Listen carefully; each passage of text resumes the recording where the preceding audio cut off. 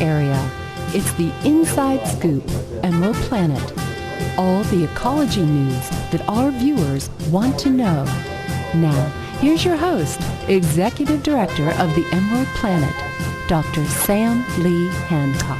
Hello and welcome to the Emerald Planet as we come to you from Washington, D.C. in the United States as we're looking around the globe in 144 different nations, looking for those 1,000 best practices, the technologies, the services, and the products that are making a difference as we move through the 21st century.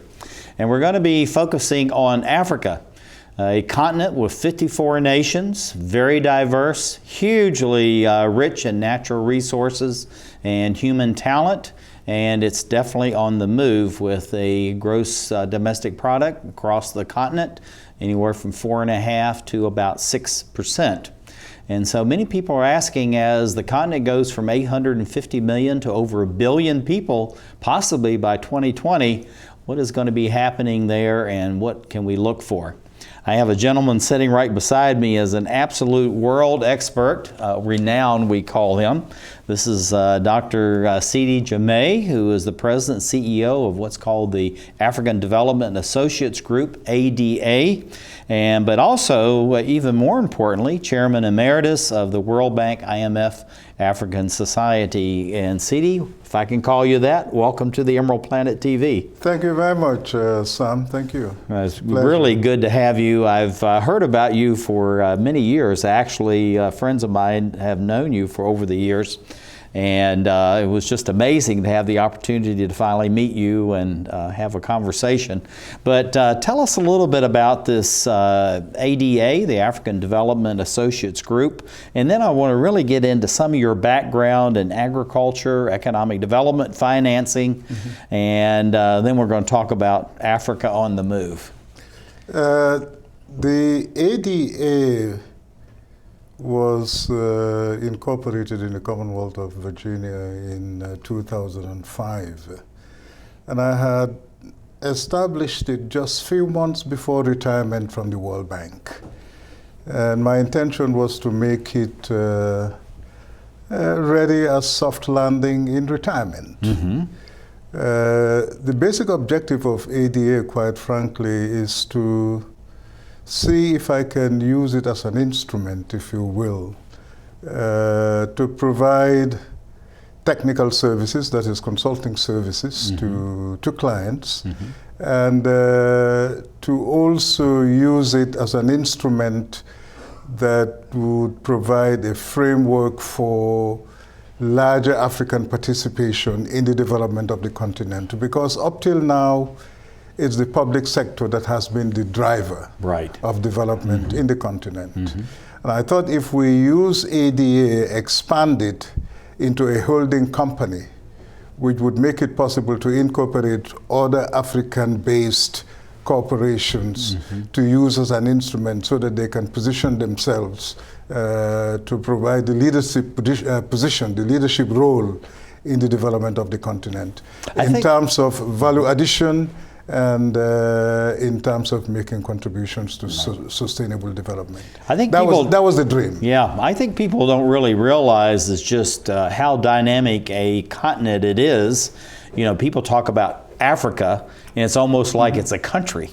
But it's 54 different countries. That is correct. And it's a huge resource base, as many international companies, originally there, as colonists, and then during the 60s switched over to independence, and now expanding the base. But the last 5 to 10 years particularly has been a tremendous growth rate there. And I was just in, as you know, in Tanzania. I've traveled in 13 other countries on the African continent, both Francophone and Anglophone. And in general, there's a similarity as far as the desire to move forward. So let's go back to a little bit of your background in the World Bank, the African Society. How has the World Bank helped you over these years to really get a focus, an idea of where you think the continent needs to be going towards 2050? I spent close to about 25 years in the World Bank. I joined the bank in 1985, first as a consultant working with the Development Research Department.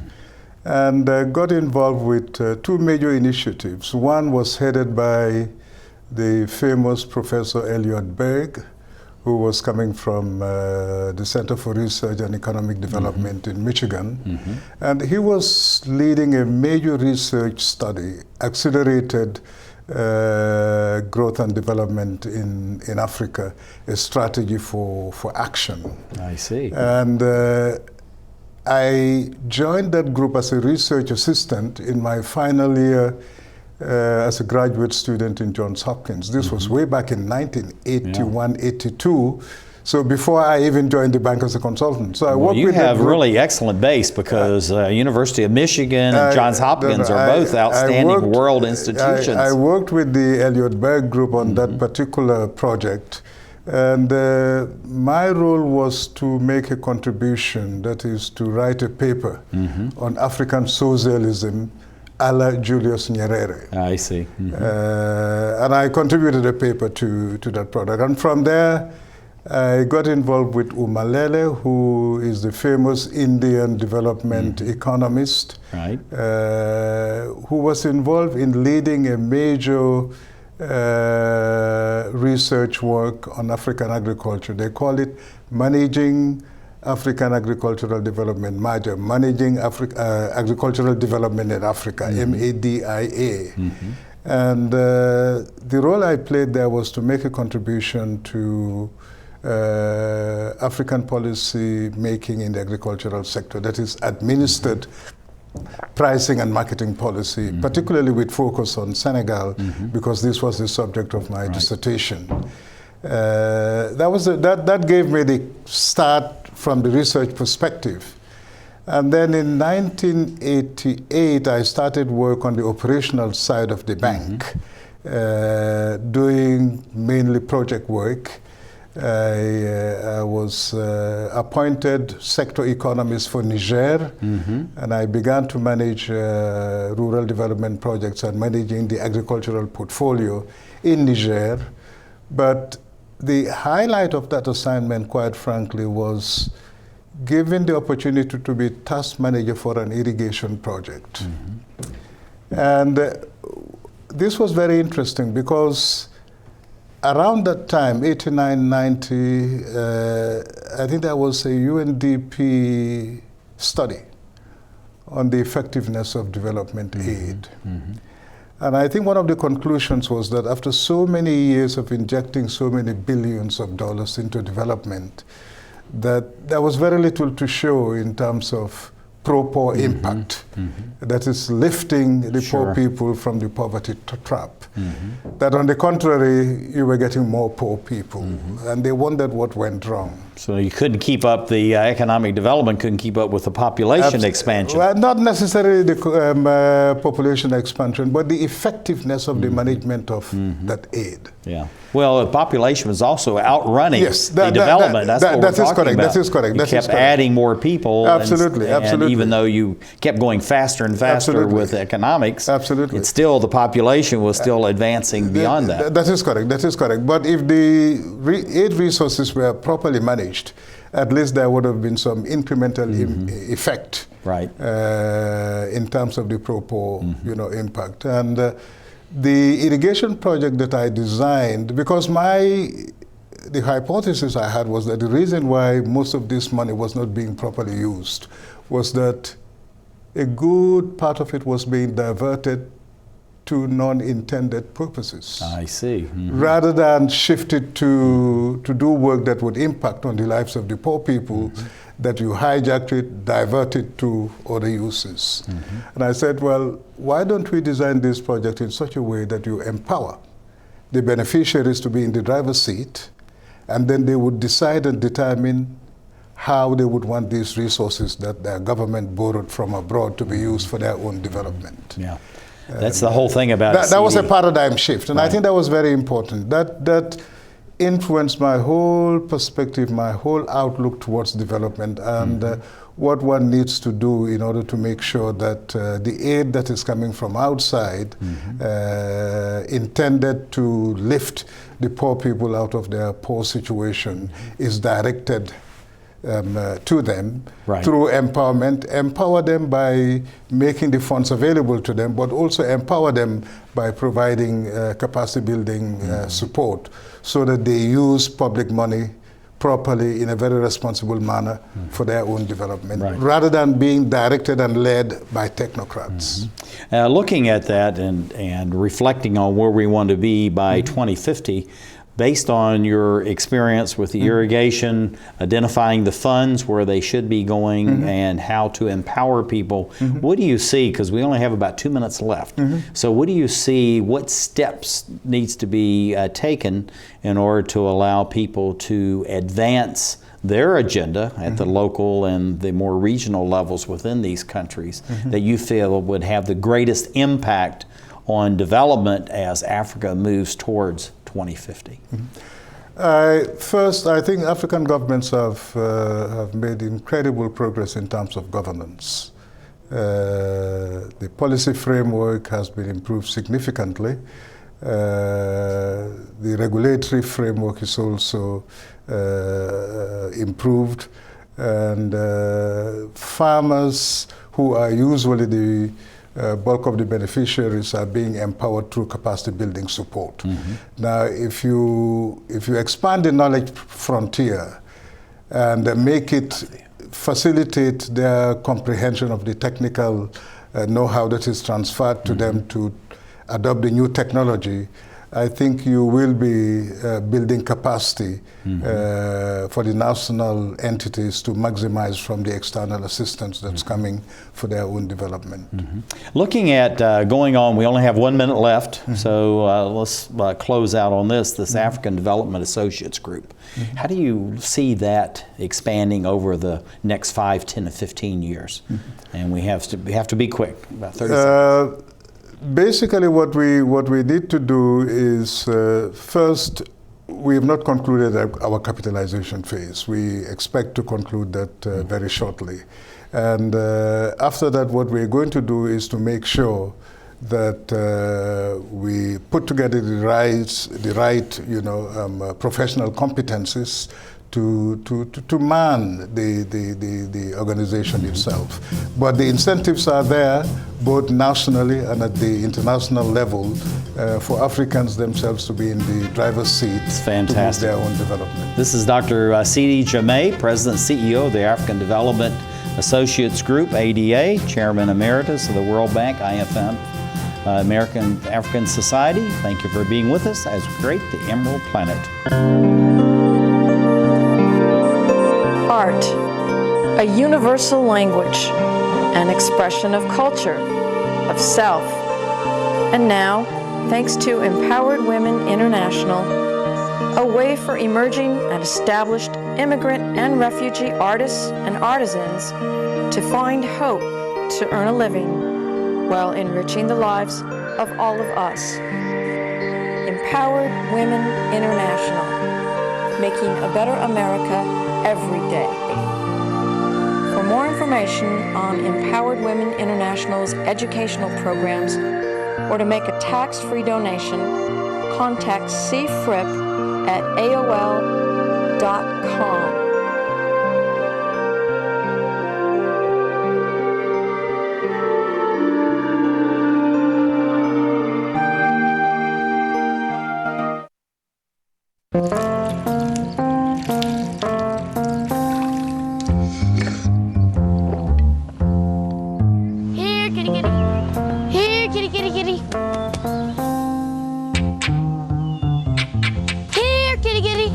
You'd think it would be easy to tell which kids have trouble with their eyesight. But that's not always the case. Even though 1 in 4 children may have a vision problem, eye doctors tell us the symptoms aren't always so obvious. We do know that 80% of all childhood learning is visual. And without good vision, kids can have trouble learning to read and may fall behind in school. For clues on how to spot the real-life signs of childhood vision problems and what parents can do, visit checkyearly.com. A public service message from the Vision Council of America and Reading is Fundamental.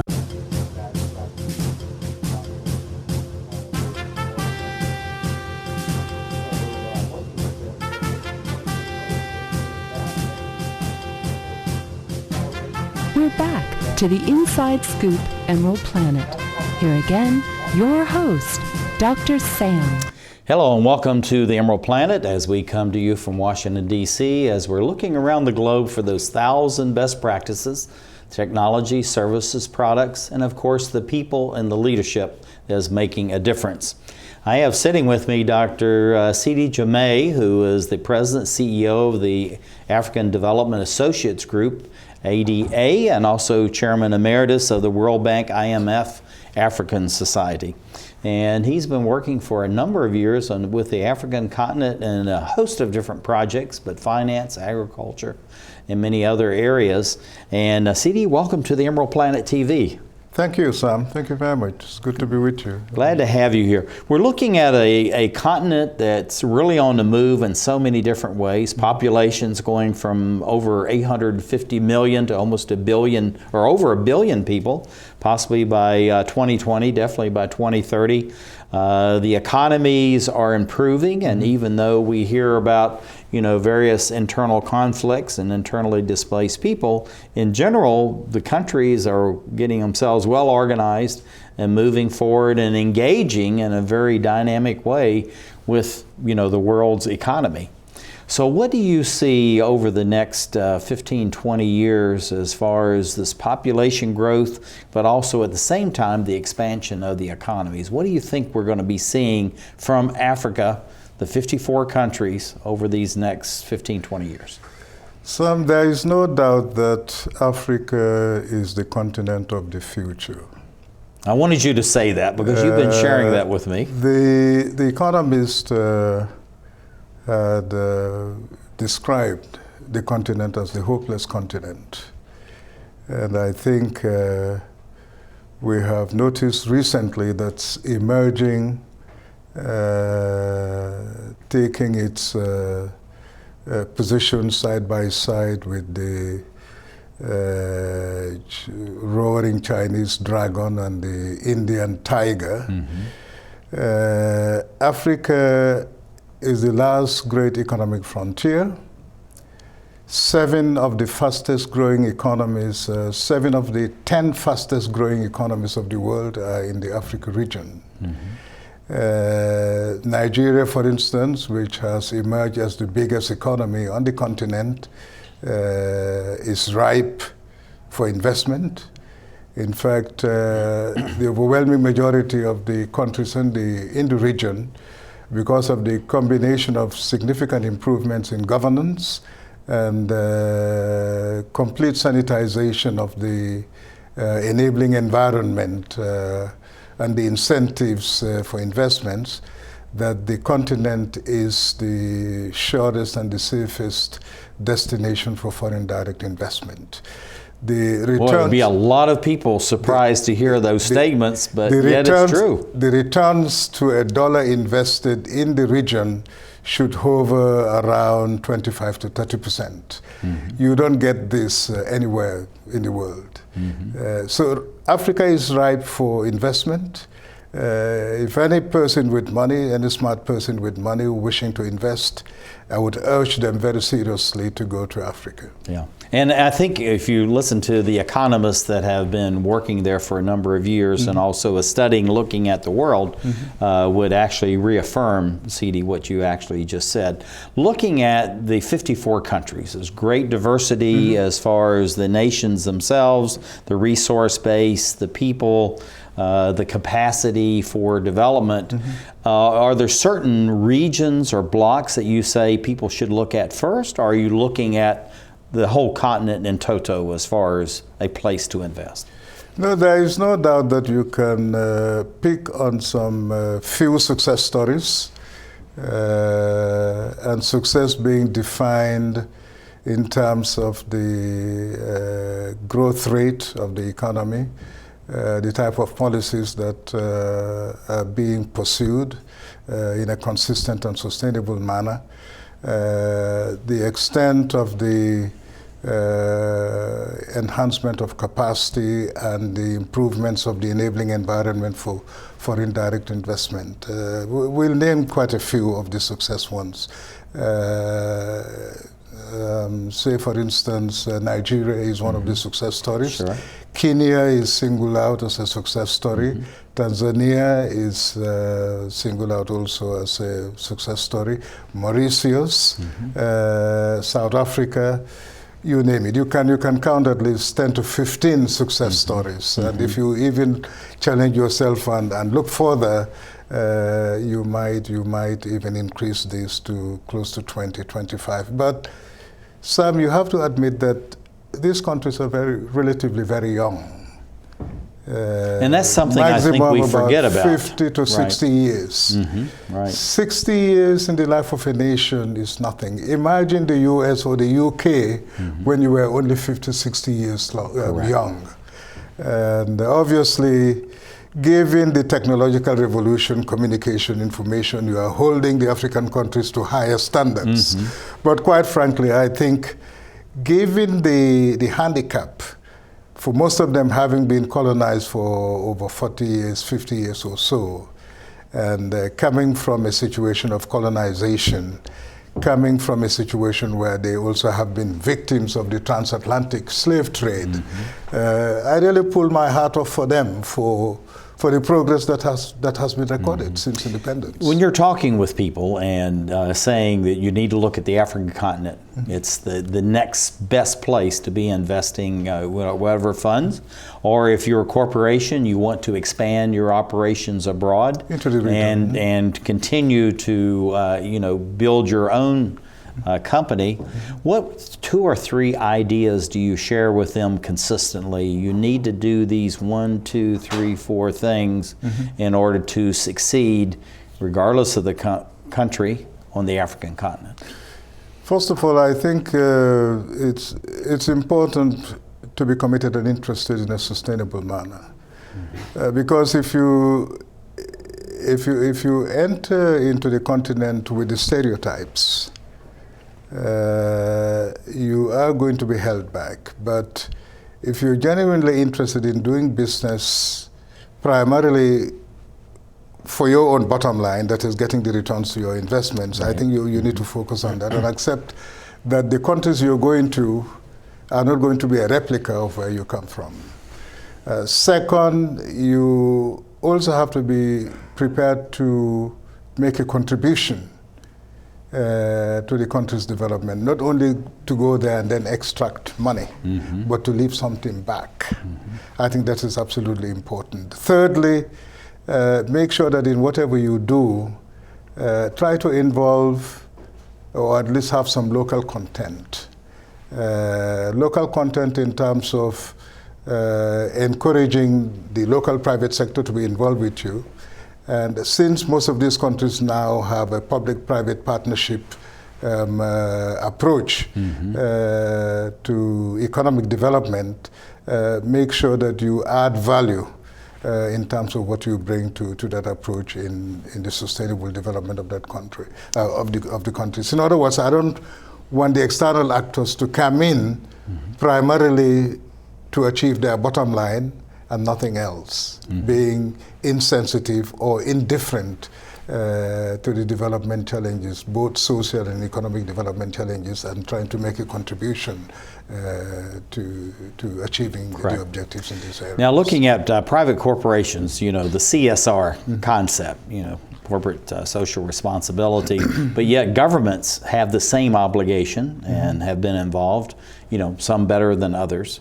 So when you look at progressing towards 2050 and the African nations, the leadership, the people within these countries are wanting to have their own path, their own development, and doing it in ways that they best understand, but yet still being part of the international community. What is some of the ideas, again, this 1, 2, 3 concept of what you're saying back to the leadership and the citizens with each of these countries that they should think about and they should do to engage with the world community so that they are constantly reaching but being inclusive and people coming in to enhance their own societies and their own economies? Already I think they're doing many of these. Get your macroeconomic policies right, improve the governance system, make sure that your regulatory institutional framework is right, make sure to the extent that you want to attract foreign capital, that the enabling environment is there. Make sure that you play by the rules of the game. Because we're talking about a global village. The increasing globalization means that you cannot operate in an island of your own. And if you have to interact in the global arena, you're not going to come there with your own rules. There are rules that you have to abide by. Sure. But also, to the extent that some of the global institutions may not be inclusive in terms of giving you a fair or equal share in the economic governance of those institutions, that leaves some of these countries or regions with very little alternative but to look for internal solutions to that particular issue. Take the example of China with the Asia Infrastructure Investment Bank. I mean, clearly one of the reasons why they have come up with this global institution was because of the reluctance of the US, if you will, to increase China's share, voting share in the Bretton Woods institutions. And what they have asked for is very little. And by the way, President Obama supported that particular request to increase the share of China, and in fact made a request to the Congress to act accordingly to bring that increase about. It's Congress that hasn't acted on that. Okay. So if you are exclusive and not inclusive, you're leaving very little options or alternative to this institution. Now, I don't see any reason why Africa very soon, either through regional and semi-regional organizations, the African Development Bank and other organizations, or internally look to seeing what they can do to counter, if you will, the global dominance of economic decision making. We only have about 15 seconds. 15 seconds. What do you see for the future of the African continent over the next 5, 10, 15 years? And we have to be quick. Africa, as I said, is the continent of the future. I see rising prosperity coming. It's a new dawn, it's a new Africa, and that's the place to go. And you're energized and ready to go for it. Thank you for being with us. This is Dr. Sidi Jameh, President and CEO of Africa Development Associates Group, ADA. And thank you, viewers, for being with us as we create the Emerald Planet. One day these rats were playing in the woods. Well, it's some matches and that's no good. Listen to smoke before you give it a try. Only you. Don't play with matches. Don't play with fire. Cause there's nothing very funny about ring-top, nothing very nice on a homeless mind. So if a gorgeous force is what you desire, don't play with matches. Don't play with fire. Only you can prevent wildfires. Fire. Why don't you just wash your car at home? When I wash my car, everything runs down the street and down into the storm drains. With all the chemicals in the soaps and waxes, the last thing I want to do is poison my own drinking water. At least here, it's all contained and recycled on site. That's why I also take my car in for oil changes instead of doing it myself. I might take a chance on spilling stuff. You know what the best part is? What? More time to kick back and watch the game. How far would you go to protect the planet? I want you to build an ark. Here we go. Okay, that's good. Oh, okay. Ow! Maybe there's another way. People! The flood is imminent! Is it too much to ask for a little precipitation? Go to fightglobalwarming.com to find out what you and your community can do to reduce global warming pollution.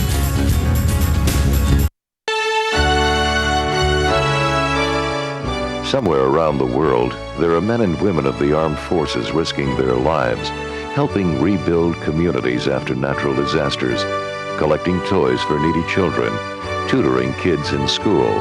These are your sons and daughters who work to keep us safe, secure, and free. Dedicated men and women who put their country first.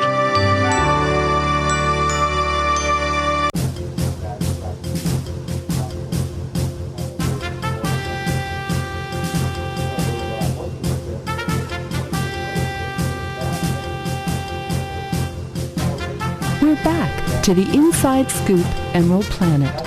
Here again, your host, Dr. Sam. Hello and welcome to the Emerald Planet as we come to you from Washington, D.C. on a week-to-week basis, looking around the globe in 144 different nations, looking for those 1,000 best practices, the technologies, services, and the products that are making a difference as we move through the 21st century.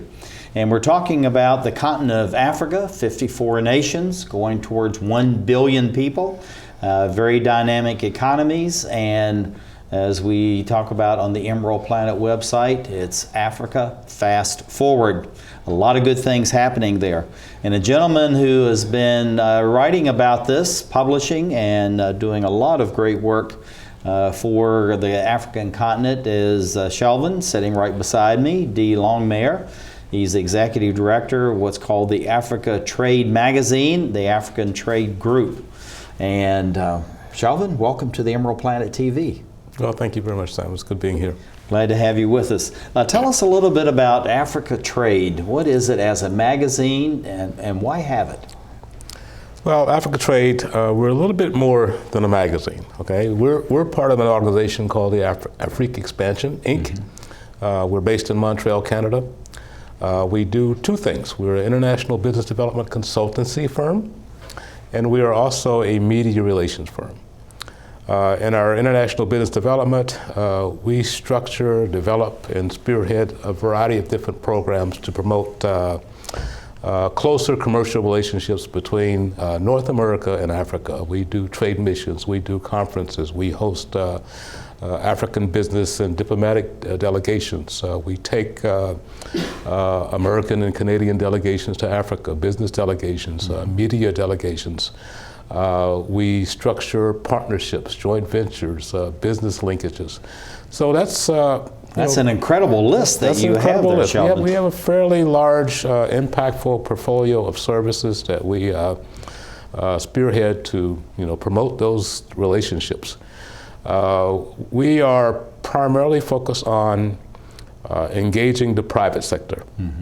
U.S. corporations, U.S. small and medium-sized enterprises, entrepreneurs, and making their contribution to exploring and developing opportunities and partnerships in the African market. That's the first thing we do. The second thing we do in our media relations program, like you mentioned earlier, we do publishing. We publish 2 magazines, one in French, Afrique Expansion, and we also publish a English magazine, Africa Trade Magazine. But beyond that, we are engaged in a lot of different types of media production and products and activities. We do documentaries, we do television commercials, we do advertisements, we do digital type products. It's a very long and distinguished list, but looking at all of this, many people are very surprised because I've been talking about Africa for a long time. I first went there the very first time in 1976, traveled through 8 different countries, and both in East and West Africa. And you could just see just the ferment going on there of people wanting to be engaged in the international community way back when. And of course now that's moving along with a great force as you have a very young and youthful population becoming better and better educated all the time. So looking at the continent itself, you've been involved for a long time. What types of changes have you seen that you've been able to document through all these various media outlets as well as your magazine that may surprise many people? Well, that's a good question. Africa represents the last frontier, the final frontier in terms of exploring opportunities, developing resources, linking up with the human capital on the continent. The possibilities for the continent are almost unlimited. Most other markets in the world, Asia, Latin America, Europe, are pretty much saturated. Yeah. The African market is an open frontier. An open market for a lot of leading technologies, for best practices, for economic development ventures, for resource development. I'll give you an example. Now on the continent, there's a initiative in the pipeline to become more involved in adding value to Africa's natural resources versus just exporting raw materials, or exporting diamonds, exporting gold, exporting oil. The next stage in the continent's development is going into manufacturing and industrialization. Fortunately for the continent, they have lacked the infrastructure, and now they're in a position to adapt all these new technologies, whether it's energy technology, efficiencies in manufacturing, clean production capabilities, best-in-time logistical and supply chains. It's just fascinating. Yeah, I mean, it's exciting. I was just in Tanzania and traveled through quite a bit of the country. Was in over 50 different communities from the capital city down to villages of 200 people. And you can see the diversity there, but also no matter where you go, people are interested to be engaged, they want to be involved. They look at themselves being part of a global community, and you're sitting in places where they're still looking to have, you know, the basic infrastructure, water and all that, using iPhones and connecting, you know, sitting right there, and we were having meetings and talking with people in Detroit and Washington, D.C. and New York City, you know, right from, you know, being out in the countryside. And so people are becoming more and more engaged. Looking at that engagement, it's a very youthful population on the African continent. What do you see as far as the evolution, as far as healthcare, education, all the basic infrastructure is needed so that there's a good sound base then to take care of the economic and the environmental development that's coming along at the same time? I see tremendous opportunities for U.S. companies, U.S. institutions, nonprofit organizations to be actively engaged in that arena.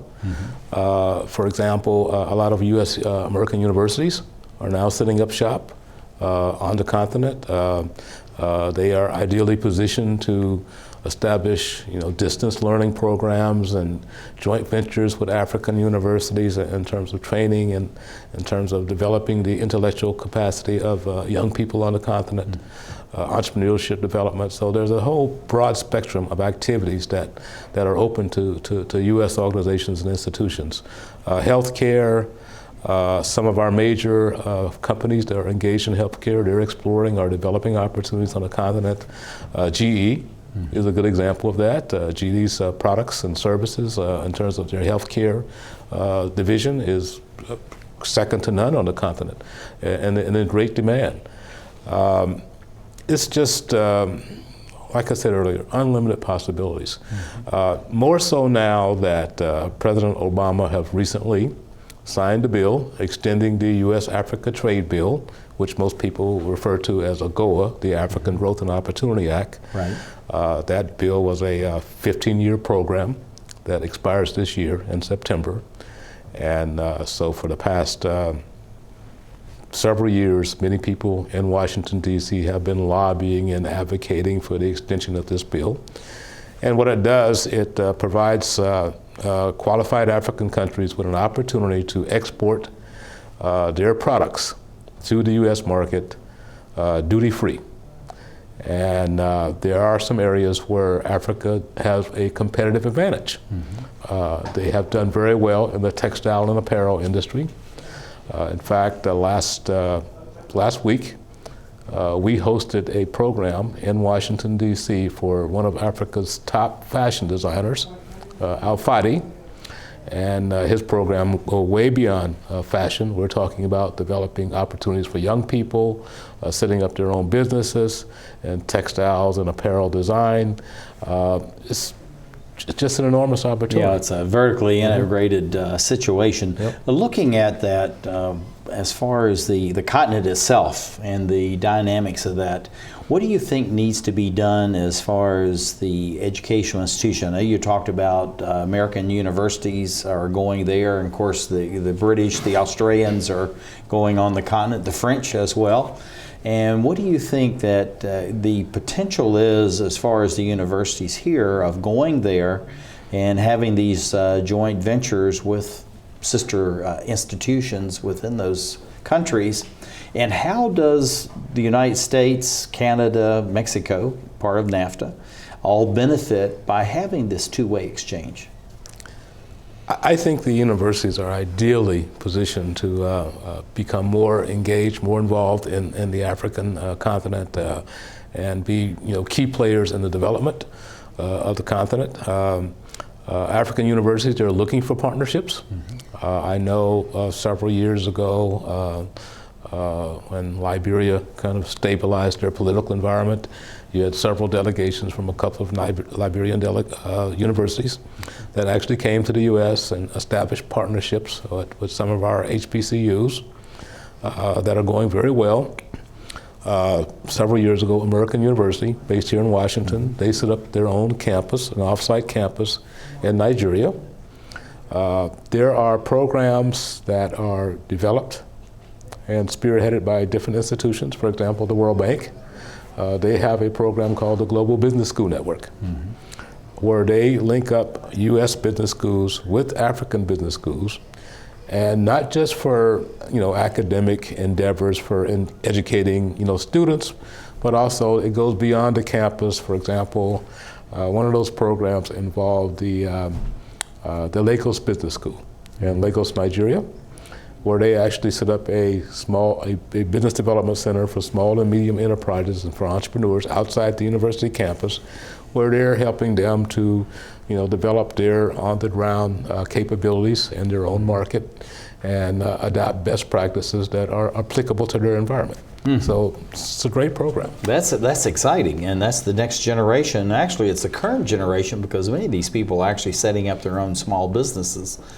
Just being back from Tanzania, there were over 1,000 women that had their own small businesses that were created that they could actually sell products within to the local market. We've almost run out of time, Shelvin. What do you see for the growth and development of Africa Trade, your organization, say over the next 5, 10, 15 years? Well, in terms of our media products, doesn't matter. We got 5 or 10 minutes, seconds to go. We pretty much have an exclusive on the North American market, and so we definitely see unlimited market potential for our products. Yeah. So you feel like you're set and ready to go then? We're set and ready to go. That's fantastic. This is Shelvin D. Longmire. He is the executive director of the Africa Trade magazine, Africa Trade, and also the Africa Trade Group.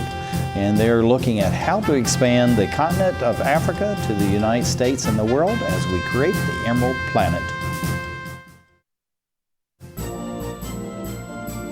Saving for retirement might be easy for some folk, but for others, it might take a little more work. And for those who haven't started, there are still things you can do to catch up. Oh, that is good news. Like getting out from underneath past debt. And don't get wrapped up with high-interest credit cards. Get you some eyes. Be diversified with your investments. Don't put all your eggs in one basket. Your financial goals are not out of reach. The choice is clear. For a happy ending, choose to save. Everyone with alcohol and drug addiction is in the same boat.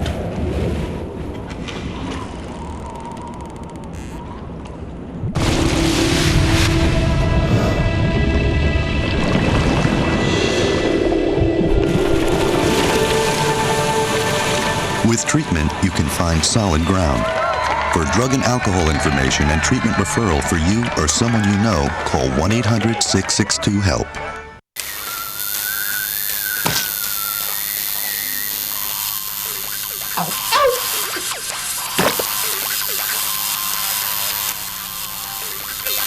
Dude, are you sure you want this tattoo? Because just do it.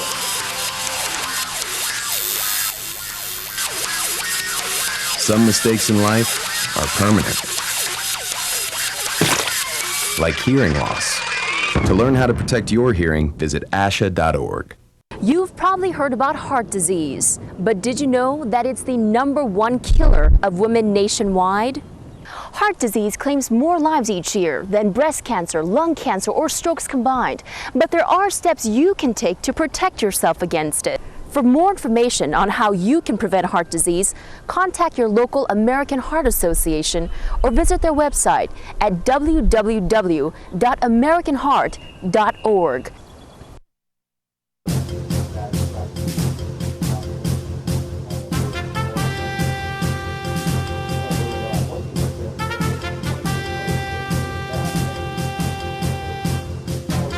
We're back to the Inside Scoop Emerald Planet. Here again, your host, Dr. Sam. Hello and welcome to the Emerald Planet as we come to you on a week-to-week basis, looking around the globe in 144 different nations, looking for those 1,000 best practices, the technologies, the services, and the products that are making a difference as we move through the 21st century. And we're talking about the African continent, 54 nations, going towards a billion people living in those 54 different nations. Quite diverse, yet at the same time, the African continent fits together very well as far as natural resources, businesses, education, and much of the infrastructure that's been developed going all the way back to the 1960s and 70s and moving forward to today.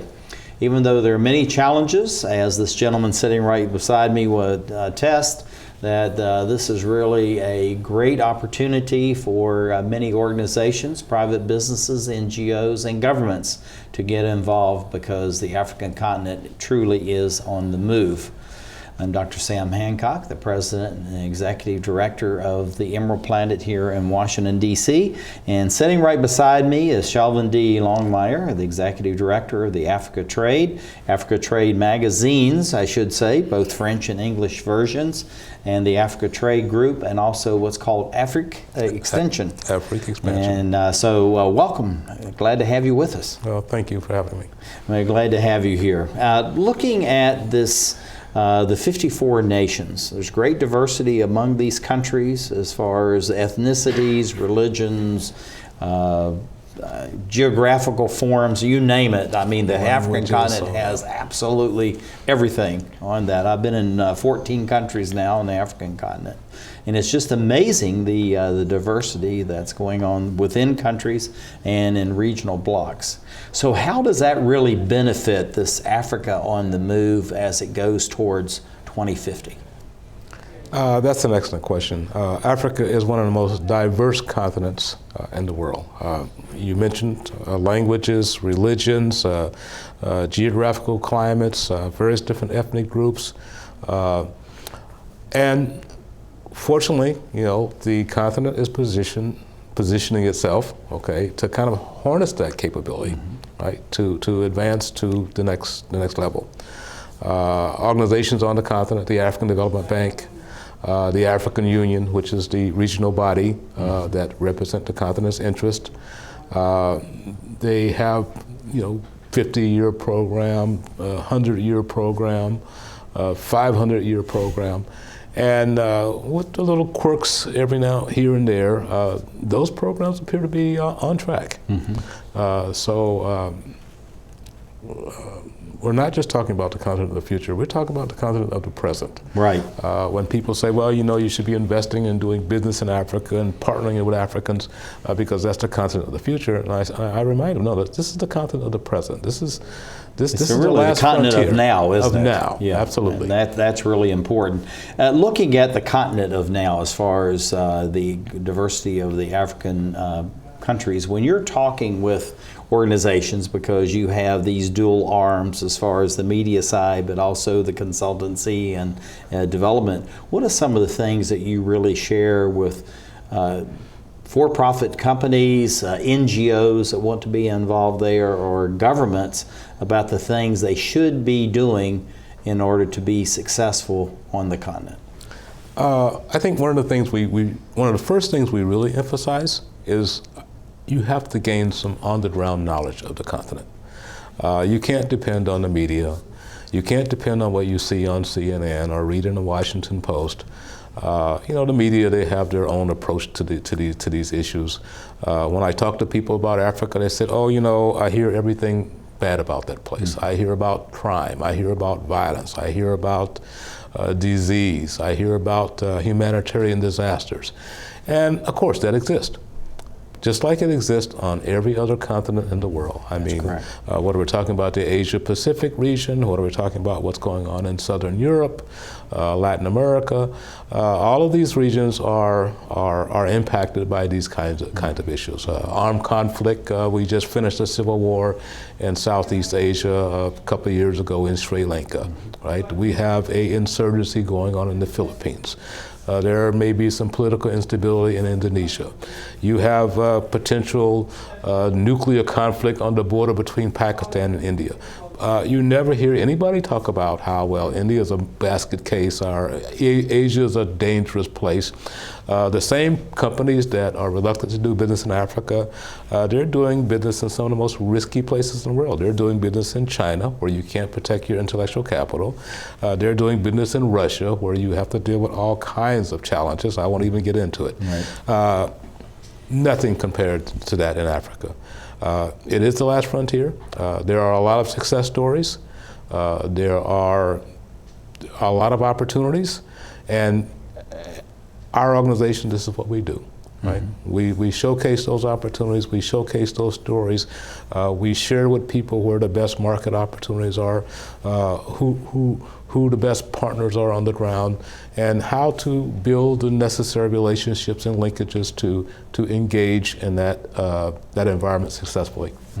If you're looking, talking to North American companies, because you have this nexus between Canada and the United States, and you've leveraged that, as I understand, very well, Shelvin.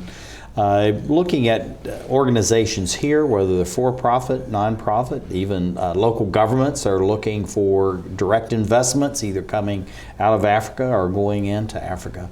What are some of the steps they need to take to make sure that they're actually capitalizing on the opportunities on the African continent that maybe they're not realizing now that's obvious, but it's maybe not so obvious to people that should be engaged in what's going on there? Okay, if you're an organization or a company or a nonprofit or a civil society group and you want to become engaged, I think I mentioned earlier, the first thing is to acquire some local knowledge. There's research, there are websites, there are African media outlets. In terms of specific opportunities on the ground, we have our U.S. government trade promotion agencies. We have the Overseas Private Investment Corporation. We have the U.S. Trade Representative. We have several different organizations that are engaged in establishing institutional structured resources on the ground in African markets to assist us with being more proactive and finding our way through that network. Looking at your organization, this Africa moving forward and engaging and being involved and being a leader, what are some of the things that you're doing that's really preparing you to move over the next 15, 20 years in order to position like organizations, governments within the rest of the world to be sure that they truly are fully engaged? So how is your group leading the band in that direction? Well, we were founded in Montreal, Canada, but of course the North American market, this is our market. So over the next 10, 15, 5 years, we are expanding our presence here in the U.S. From our base here in Washington, D.C. We are partnering with a lot of different organizations. We partner with the Corporate Council on Africa, which is an organization that represents some of the major Fortune 500 U.S. firms that are doing business in Africa. We partner with the Africa Society at the National Summit on Africa, which is one of the major civil society organizations that's involved in the continent. So we have a lot of partnerships. I could just rattle off a lot of names, the African American Institute, the Initiative for Global Development. And this is our business model. This is how we link up with the right people and engage in the right opportunities and find synergies and where we can fit our capabilities to work together to advance the African development and business agenda. So Shelvin, what it sounds like is that you're really in the business, but also the support systems, a massive collaboration as far as what's going on the continent with the rest of the world. And at the same time, you're kind of the linchpin, if you will, in doing that. So to local governments, we've talked a lot about for-profits and nonprofits, but local governments, what kinds of things do they need to be doing so that they're engaged, they're bringing, investments? Sounds almost strange that you bring investments from the African continent, but it's actually happening, and then going into there. How do we collate this two-way exchange for local governments, and I'm meaning at the city, county level, and state level? I'm glad you asked that question because there are, to my knowledge, there are several local governments that are doing a fairly good job of being engaged not only in the broader international business and trade environment, but also with Africa. For example, right next door in Maryland, we have Prince George's County. Several years ago, Prince George's County set up an Africa Trade Office, which was, somewhat like the principal representative for promoting Maryland companies and their interest in doing business in Africa. They have also been involved in attracting African delegations, people that are looking at investing and partnering with Maryland companies. And in Africa, you have some people that have some fairly well-established resources. They look for investments in other countries. It's a two-way street. Right. And there are opportunities on both sides. And this is another reason why I strongly encourage U.S. organizations, whether it's local governments, businesses, small and medium-sized businesses, to really focus on engaging in opportunities in Africa. We have only a few minutes, but we've got your magazine up. This is the English version of Africa Trade. Tell us a little about that, but we have to be quick because I have one more question I want to ask you before we leave. It's already on the screen. Great. We launched this magazine. We started out with the French magazine, Afrique Expansion. We launched this magazine to be more engaged with our English-speaking market in Canada and the U.S.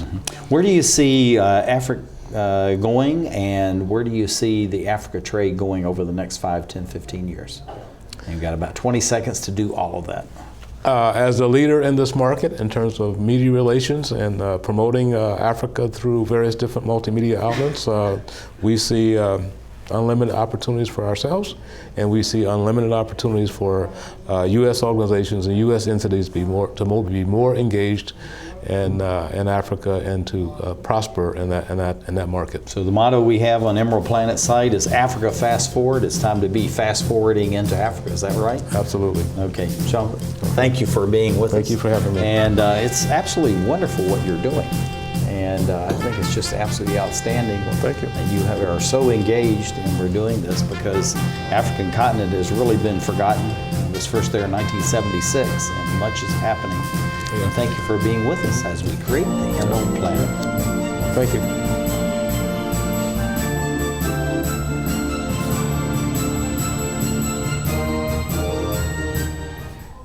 Good job. I tell you, that's fantastic.